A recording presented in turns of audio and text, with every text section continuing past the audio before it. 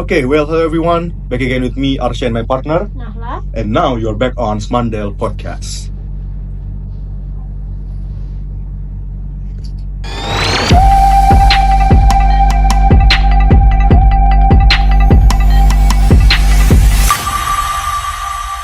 Oke, halo Sobat 8, kembali lagi di Smandel Podcast bersama saya Arsya dan partner saya. Dan saya Nahla. Oke, jadi pada kesempatan kali ini kita kedatangan salah satu narasumber yang sangat menarik karena dia adalah salah satu teman dekat saya dan merupakan salah satu host di Smandel Podcast. Nah, bagaimana nih, Nala? Betul sekali Kak Arsya. Nah, tanpa berlama-lama lagi nih, mari kita langsung memperkenalkan tamu kita yang satu ini. Baik, halo semuanya. Halo Arsya, halo Nala. Halo. Gimana kabar teman-teman di rumah? Kalau untuk Arsya nih, gimana kabarnya hari Ya, ini? baik. Nala? Baik juga. Oke, jadi ini merupakan suatu kehormatan bagi saya ya, bisa menjadi narasumber di podcast SMA Negeri 8 Makassar ini. Karena yang biasanya saya bertanya, malah sekarang ditanya nih. Wah, luar biasa sekali. Oke, langsung saja ya, saya perkenalkan diri. Baik, nama saya adalah Ainunisa Dwi Puspita Ningrum. Saya merupakan salah satu siswi dari SMA Negeri 8 Makassar. Dan saat ini saya sedang menjabat sebagai Duta Inovatif Indonesia Chapter 5 perwakilan dari Provinsi Sulawesi Selatan. Wah, keren sekali ya teman-teman, berikan tepuk tangan dulu. Oke, terus lanjut, silakan. Oke, mungkin itu aja ya kalau dari saya, karena kan kita sesuai tadi yang Arsya bilang ya, kita kan teman dekat Arsya. Oke. Apa sih yang perlu ditahu lagi? Nah, jadi teman-teman, Ainun ini merupakan teman dekat saya dan kita itu sempat sekelas untuk kelas 10 dan pisah di kelas 11 sampai kelas 12. Betul. Nah, tapi karena kita ini chemistry-nya sangat-sangat dekat, jadi banyak hal lah yang mungkin sudah saya lewati bersama Ainun ya. Iya, Oke, betul. gimana, Bro? Kita sobat banget nih. Oke. Nah, Ainun, Oke. bagaimana hidup sekarang? Bagaimana? Ya, hidup baik-baik aja sih ya. Siapa sih yang Oke. nggak suka hidup? Iya, Gitu betul. ya, semua orang pengen hidup sih, orang mati pun mungkin pengen hidup kembali gitu. Oke, mungkin untuk kesibukan saya ya sebagaimana mestinya siswa di kelas 3 pasti mereka harus lebih berfokus lagi untuk ke jenjang pendidikan berikutnya. Nah, betul. Nah, untuk saya sendiri saat ini saya sedang sibuk belajar untuk persiapan UTBK. Selain itu saya juga sedang sibuk untuk mempertahankan nilai saya di semester 5 nantinya supaya saya itu bisa lolos eligible dan juga bisa lolos, insya Allah ya, lolos SNBP sih targetnya Amin, gitu. amin. Semoga dilancarkan terus ya. Amin. Semoga Arsya juga ya, kan kita kan sama-sama kelas 3 nih, sama-sama Amin, amin. pejuang PTN Ya, gitu. betul.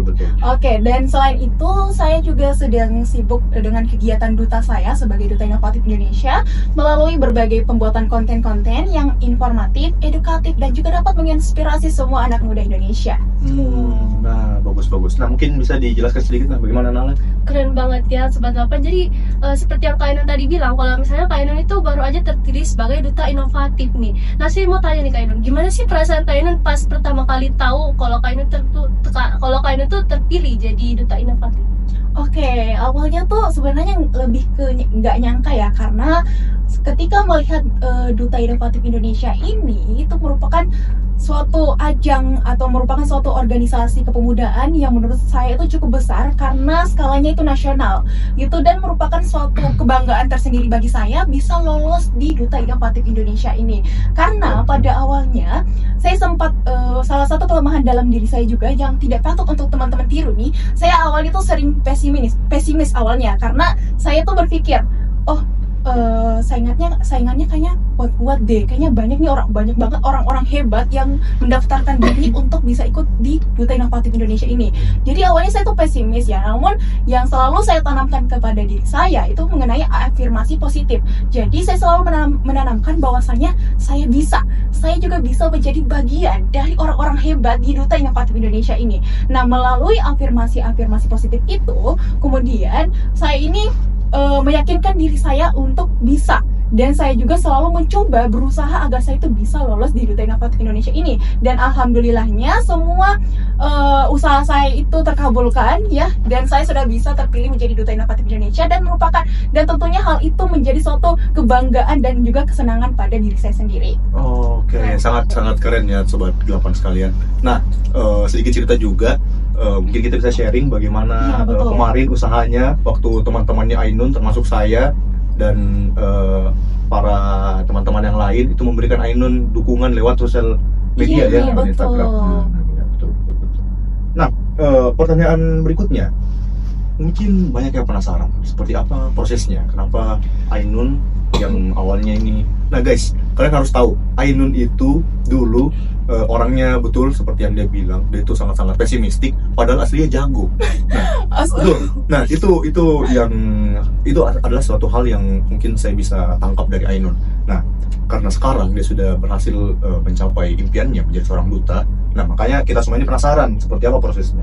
Oke, baik. Nah, untuk prosesnya, mohon maaf sebelumnya saya tidak bisa menjelaskan secara rinci karena sebenarnya pendaftaran Duta Inovatif Indonesia untuk chapter 6 itu segera dibuka nih. Jadi, buat teman-teman yang pengen tahu itu bisa pantengin ya, Instagram dari Duta Inovatif Indonesia. Waduh, sedikit promosi nih. Ya, gitu. Nah, untuk prosesnya sendiri ya, yang pertama adalah pendaftaran tentunya. Nah, kemudian kami juga diberikan tugas-tugas ya. Kemudian selain itu kami juga pastinya ada tahap wawancara. Kemudian nanti ada tahap pemvotingan gitu. Ya, oke, begitu ya. Nah, bagaimana Nala? Oke, jadi mungkin buat Sobat 8 yang lagi nonton kali ini nih, mungkin banyak yang kurang familiar nih Kak tentang Duta Inovatif. Nah, dari Kakak sendiri mungkin bisa dijelaskan tentang apa itu Duta Inovatif. Apa sih itu Duta Inovatif? Iya. Oke, baik, terima kasih. Nah, untuk Duta Inovatif Indonesia itu sendiri adalah program dari Youth Idea Community Indonesia yang dimana Duta Inovatif Indonesia ini adalah sebagai tempat atau wadah bagi anak-anak muda Indonesia untuk dapat terus berkolaborasi dan juga berinovasi melalui pembuatan konten-konten yang edukatif, inspiratif, dan juga dapat menambah wawasan anak muda masa kini. Dan selain itu, selain pembuatan konten, kita juga ada social project yang nantinya itu akan dilakukan pada akhir masa penugasan kita, gitu. Oke, social project ya. Iya, betul. Saya mau bertanya, Ainun, seperti apa itu contoh social project-nya dan kontennya itu ditujukan untuk apa? Oke, baik. Nah, untuk social project-nya itu bisa berupa seminar atau mungkin itu yang sering aku lihat ya dari alumni-alumni sebelumnya itu mereka itu datang ke sekolah-sekolah untuk mungkin memberikan suatu pembelajaran kepada anak-anak. Selain itu, sebenarnya banyak bentuk sosial project yang bisa kami lakukan.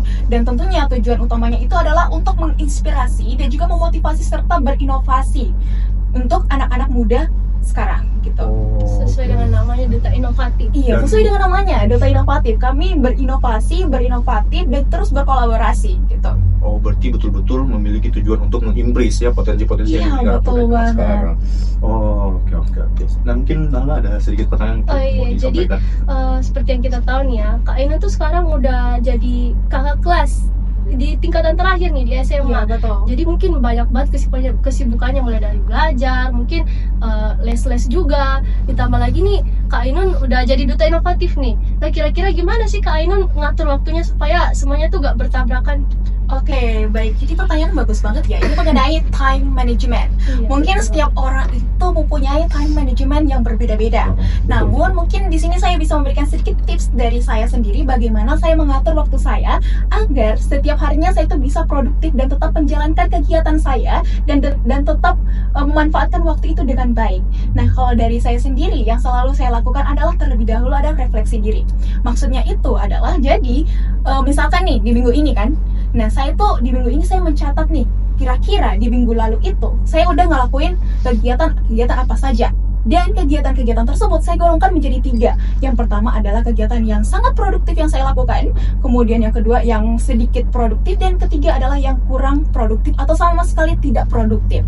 Nah, ketika saya sudah berhasil untuk menggolongkan ketiganya, nah nanti di minggu ini saya akan pilah-pilah. Dan hal tersebut bisa menjadi sebuah pembelajaran bagi saya supaya nantinya di minggu ini saya itu bisa melakukan kegiatan yang lebih produktif lagi. Nah, selain itu ya, supaya teman-teman juga bisa mengatur waktu dengan baik, yang terpenting itu ada teman-teman itu selalu membuat jadwal harian. Nah, kalau saya sendiri, saya itu setiap harinya selalu membuat jadwal di note HP ya. Saya selalu membuat jadwal kira-kira di hari esok itu saya ada kegiatan apa saja sih. Dan saya juga yang terpenting teman-teman juga harus tahu selain membuat jadwal, kalian juga harus buat estimasi waktunya gitu. Jadi supaya setiap kegiatan yang teman-teman lakuin atau teman-teman mau lakuin misalkan itu tidak bertabrakan waktunya gitu. Dan selain itu yang saya juga ingin berbagi ya, mengenai salah satu tips gimana sih caranya supaya kita itu bisa produktif di setiap harinya. Ya, bagaimana? Nah, mungkin antara Asya atau Naka mungkin pernah membaca suatu buku yang namanya The 5 AM Club.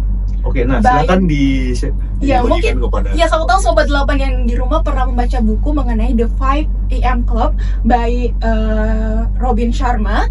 Nah, buat teman-teman yang belum tahu, Robin Sharma ini adalah salah satu dari 5 pakar pemimpin terbaik di dunia gitu.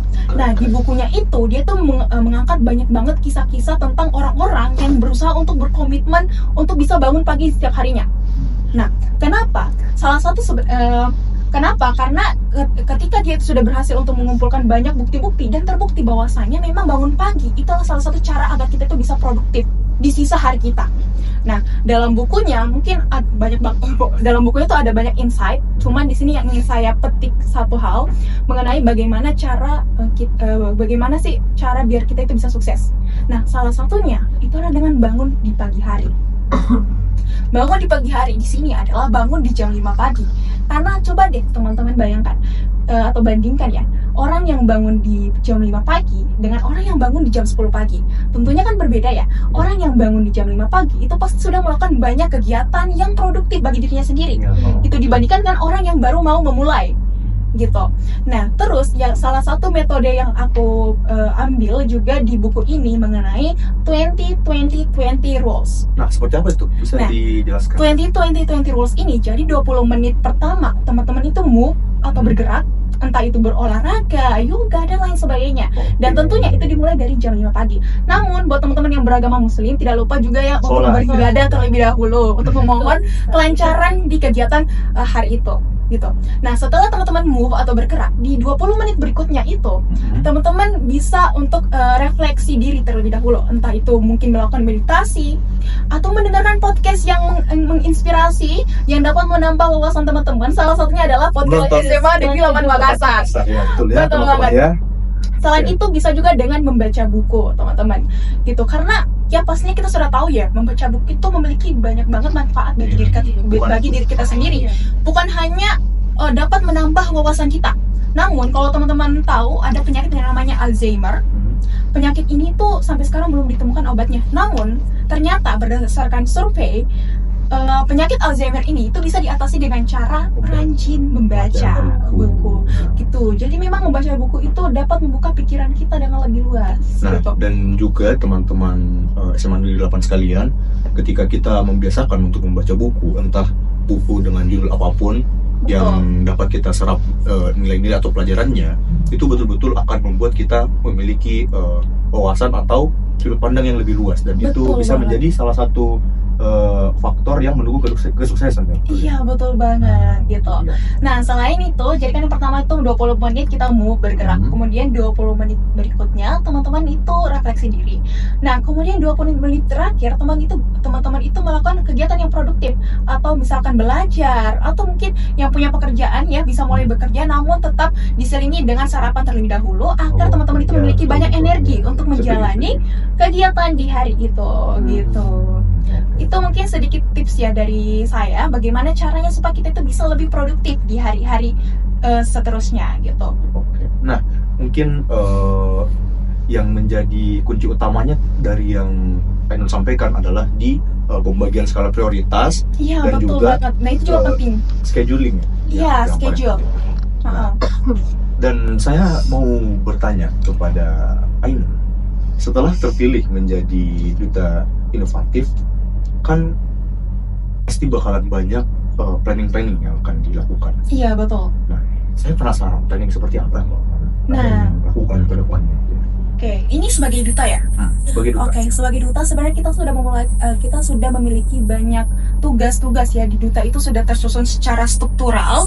Tugas-tugas kita setiap harinya itu apa saja, setiap minggunya. Jadi untuk di duta sendiri itu ya pastinya kami tuh selalu membuat konten-konten yang edukatif di media sosial, yang edukatif, yang dapat menginspirasi dan juga dapat memberikan wawasan kepada anak-anak muda Indonesia. Selain itu, di setiap minggunya kami juga ada training program kelas gitu. Jadi mulai di situ tuh kami tuh diberikan banyak pembelajaran, mulai dari personal branding misalkan, kemudian bagaimana cara memulai podcast, bagaimana cara membuat podcast. Jadi banyak banget kegiatan-kegiatan produktif dari Duta Inovatif Indonesia ini sendiri gitu. Sangat produktif ya teman-teman ya. Iya. Nah, bagaimana dengan Mangga? Mungkin ada sedikit yang mau ditambahkan. Nah, mungkin sebagai Gen Z nih Kak ya, banyak tuh yang sekarang nih ya lebih memilih tuh untuk stay at home aja nih di era digitalisasi kita yang sudah sangat canggih ini. Mereka tuh lebih memilih untuk stay at home aja dibandingkan melakukan aktivitas di luar ruangan. Nah, menurut Kakak gimana sih tanggapannya akan hal itu? Oke, sebenarnya kalau menurut aku ya, stay at home dengan memanfaatkan kecanggihan teknologi itu merupakan bukan suatu masalah, asalkan teman-teman manfaatkan gadget atau teknologi tersebut dengan baik dan juga tetap produktif. Misalkan, karena kan kita tahu ya, di era globalisasi saat ini, pekerjaan itu bisa dilakukan di mana saja, bukan hanya di kantor, tapi juga melalui di rumah gitu. Jadi sebenarnya nggak apa-apa kalau misalkan teman-teman lebih memilih stay at home, tapi dengan syarat tetap produktif setiap harinya, daripada teman-teman memilih stay at home dengan memanfaatkan teknologi hanya untuk kegiatan-kegiatan yang kurang produktif setiap harinya, seperti misalkan kebanyakan bermain game atau menonton sesuatu yang tidak bermanfaat misalkan. Nah, itu kan dapat menghambat perkembangan diri teman-teman gitu. Ya, betul. Nah, yang saya tangkap ya teman-teman, setelah berteman lama dengan Ainun, adalah Ainun itu memiliki kemampuan public speaking yang sangat bagus. Nah, bagaimana? Betul banget Kak. Jadi waktu saya baru pertama kali masuk nih di SMA Negeri 8 ini, saya tuh pertama kali lihat Kak Ainun tuh sebagai host di salah satu acara MPLS itu. Iya. MC ya? Iya, MC. Iya, betul. Terus saya jadi kaget karena ngeliat Kak Ainun tuh public speakingnya bagus banget loh. Jadi saya mau tanya nih Kak, gimana sih tantangan Kak Ainun dalam melakukan public speaking itu tersendiri? Oke, sebelumnya yang ingin saya garis bawahi di sini, saya bukanlah seorang yang sudah ahli ya di bidang public speaking. Ya, saya juga masih berproses karena saya masih memiliki banyak kesalahan juga dalam hal berpublic speaking. Namun di sini sebenarnya kalau yang menjadi tantangan terbesar ya, mungkin dirasakan juga untuk teman-teman sebagian itu adalah kurangnya rasa percaya diri. Nah, itu dia. Bagaimana tuh? Sedikit bisa dijelaskan. Saya juga sebenarnya waktu awal-awal melakukan memulai public speaking ini itu memiliki rasa kepercayaan diri yang kurang banget waktu itu. Namun di sini yang saya syukuri juga ya, dari kecil saya itu selalu didorong oleh orang tua saya untuk melakukan kegiatan-kegiatan yang mewajibkan saya untuk berpublic speaking. Nah, dari pola asuh itu sebenarnya dapat mendorong habits atau kebiasaan kita. Karena di dalam habits atau kebiasaan ada yang namanya titik otomatis. Karena kita sudah kebiasaan melakukan hal-hal tersebut, maka otomatis kita tuh sudah terbiasa dan percaya diri kita itu bisa terlatih gitu.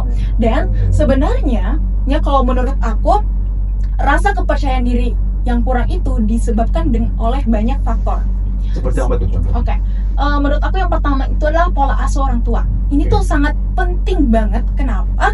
Karena coba deh teman-teman bayangkan ya, ketika teman-teman itu waktu kecil misalkan mau melakukan sesuatu tapi selalu dilarang oleh orang tua kalian, atau misalkan teman-teman itu mau mengungkapkan pendapat teman-teman sendiri tapi selalu dicegat oleh orang tua kalian, gimana sih perasaannya kalau digituin?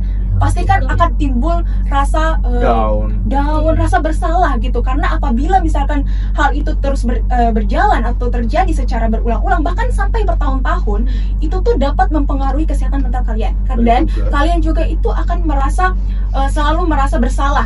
Jadi kalian tuh tidak punya kepercayaan diri untuk mengungkapkan pendapat kalian sendiri gitu. Kemudian selain itu yang memengaruhi juga rasa percaya diri kita adalah penampilan fisik. Ya, sebenarnya kalau dari aku ya, mau ganteng atau cantik gimana pun orang, tergantung dari bagaimana mereka itu, bagaimana pembawaan mereka kepada orang lain. Itu sebenarnya menjadi poin. Cuman ya, ya ini salah satu contoh orang yang sangat percaya diri, yang memiliki tingkat kepedean di atas rata-rata. Oke. Jangan lanjut, maaf ya potong tadi. Cuman masih banyak orang yang menganggap bahwasanya orang yang memiliki penampilan lebih itu memiliki dapat mendapatkan banyak privilege dibandingkan dengan orang-orang yang sorry to say, yang memiliki penampilan mungkin kurang gitu, namun Bad looking ya. iya, aduh kasar banget. Mau. Iya nggak apa-apa, mungkin itu ya kasarnya ya gitu. Cuman yang ingin aku tegaskan di sini adalah jangan pandang orang dari penampilan fisiknya. Dan cuma di cover. Iya betul banget. Cobalah lihat hatinya bagaimana, attitude-nya bagaimana, dan akhlaknya bagaimana.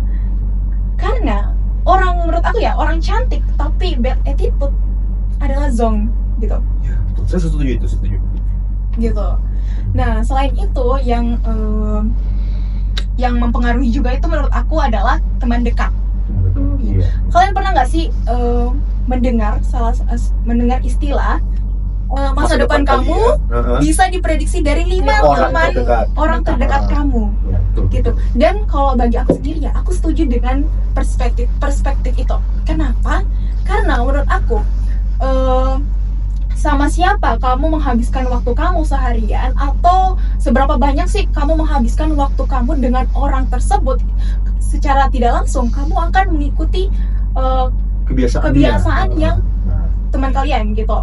Jadi misalkan nih teman kalian tuh berteman dengan orang-orang yang kurang produktif, misalkan yang maunya itu bermain-main setiap harinya atau bermalas-malasan setiap harinya.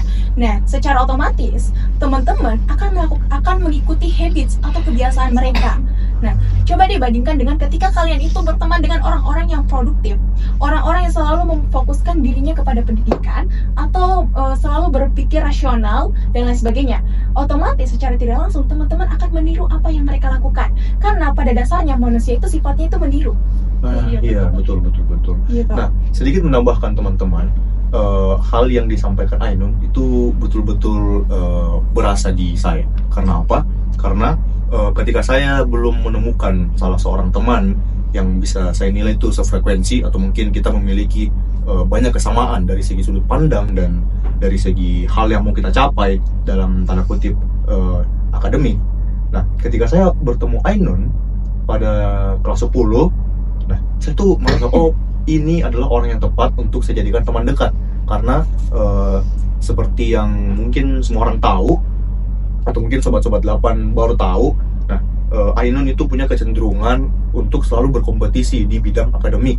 Nah, itu juga yang menyebabkan saya, karena saya berteman dekat dengan Ainun, saya juga jadi termotivasi di situ. Betul. Nah, betul. Jadi sebenarnya sama siapa kita dekat, sama siapa kita berteman, itu dapat menjadi motivasi bagi kita. Dan karena gini loh, pastinya ya teman-teman, ketika teman-teman itu melihat seseorang yang memiliki banyak prestasi, pasti ada timbul rasa aku pengen jadi seperti dia. Nah, betul. Itu pasti muncul banyak pertanyaan-pertanyaan di benak kalian, gimana sih caranya bisa menjadi seseorang seperti dia? Atau bagaimana ya, kira-kira aku bisa nggak ya jadi seperti dia? Nah, ketika pertanyaan-pertanyaan itu muncul, pasti teman-teman memiliki suatu dorongan atau motivasi untuk bisa menjadi seperti mereka. Itulah menurut aku pentingnya memilih teman atau membatasi pergaulan kalian gitu. Nah, teman-teman sekalian, betul-betul percakapan kita hari ini itu sangat-sangat valuable bersama teman dekat saya, Ainun. Nah, sebelum kita akhiri episode kali ini, mungkin ada beberapa pesan atau motivasi yang mau disampaikan ke sobat 8 sekalian. Oke, nah untuk motivasi ya, dari aku sendiri, jangan pernah merasa menyerah ketika melakukan sesuatu. Terutama dalam hal mengikuti berbagai ajang perlombaan ya, jangan pernah gampang merasa menyerah. Kenapa? Ketika teman-teman itu mengikuti suatu kegiatan dan teman-teman itu sudah pesimis di awal, otomatis hal tersebut akan membawa nada buruk kepada diri kalian sendiri. Dan hal itulah yang dapat mendorong kalian untuk gagal dalam melakukan sesuatu. Kenapa? Karena dari awal kalian itu sudah merasa kalian itu tidak bisa gitu. Nah, selain itu, menurut aku ya, kalau dari aku sendiri ya, bagi aku itu bukanlah seseorang yang perencana yang terbaik. Aku adalah manusia biasa yang punya wisdom atau batasan dalam melakukan sesuatu hal. Dan aku juga harus yakin bahwasanya banyak banget faktor-faktor X di luar sana yang aku nggak ketahui sama sekali, dan aku harus ikhlas menerimanya. Itulah salah satu yang selalu aku tanamkan ke dalam diriku, supaya ketika aku mengikuti suatu hal atau mengikuti suatu kegiatan, aku tuh nggak kecewa terhadap diriku sendiri. justru aku menjadikannya sebagai sebuah pelajaran. Karena menurut aku pembelajaran terbaik itu adalah experience atau pengalaman teman-teman. Nah, betul. Gitu. Oke. Karena kalau teori nggak dibandingkan dengan Aksi. aksi nyata atau pengalaman-pengalaman, sebenarnya itu bukan tidak bisa dianggap sebagai perkembangan diri, karena teman-teman akan nge-stuck di situ saja. Dan yang kedua yang harus teman-teman tanamkan juga bahwasanya tidak ada yang namanya gagal. Yang ada itu namanya not yet. Kesuksesan yang tertunda. Ya betul, kesuksesan yang tertunda, atau jadi magic word-nya itu adalah not yet atau belum. Nah kalau belum berarti kan akan ya. Iya, betul. Nah jadi sebenarnya tidak ada yang namanya kegagalan kalau bagi aku sendiri. Yang ada itu suatu keberhasilan yang tertunda. Gitu. Perumpamannya tuh gini. Kalau misalkan teman-teman punya pintu menuju harapan dan teman-teman punya kuncinya nih, tapi kuncinya tuh ketika kita masukin di locknya itu nggak bisa kebuka. Itu kenapa? Itu artinya giginya itu atau kuncinya itu belum diasah. Belum pas ya? Iya, belum diasah supaya kuncinya itu sesuai dengan lock di pintu yang kita mau, gitu. Jadi yang paling penting teman-teman harus lakukan itu yang pertama adalah mengasah kuncinya terlebih dahulu.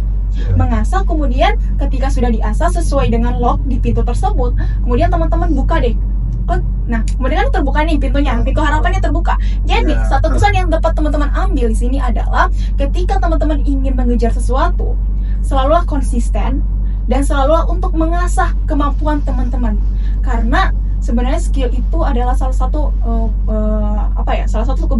poin yang paling penting, apalagi ketika teman-teman itu mau terjun ke dunia kerja. Nah, betul. Skill atau kemampuan itu sangat penting, terutama menurut aku ya, kemampuan dalam hal berpublic speaking, kemampuan dalam hal berkomunikasi, dan berdelegasi dengan orang-orang. Betul banget, karena ya di dunia kerja kita itu akan dihadapkan dengan banyak banget orang, dan disitulah kita dilatih bagaimana kita bersosialisasi dengan baik, bagaimana kita berkomunikasi dengan partner kita dengan baik, gitu. Dan salah satu contohnya atau implikasinya itu adalah dengan berpublic speaking. Betul. Nah, mungkin itu dia teman-teman, episode hari ini ada banyak sekali pelajaran yang dapat kita ambil dari teman dekat saya, Ainun.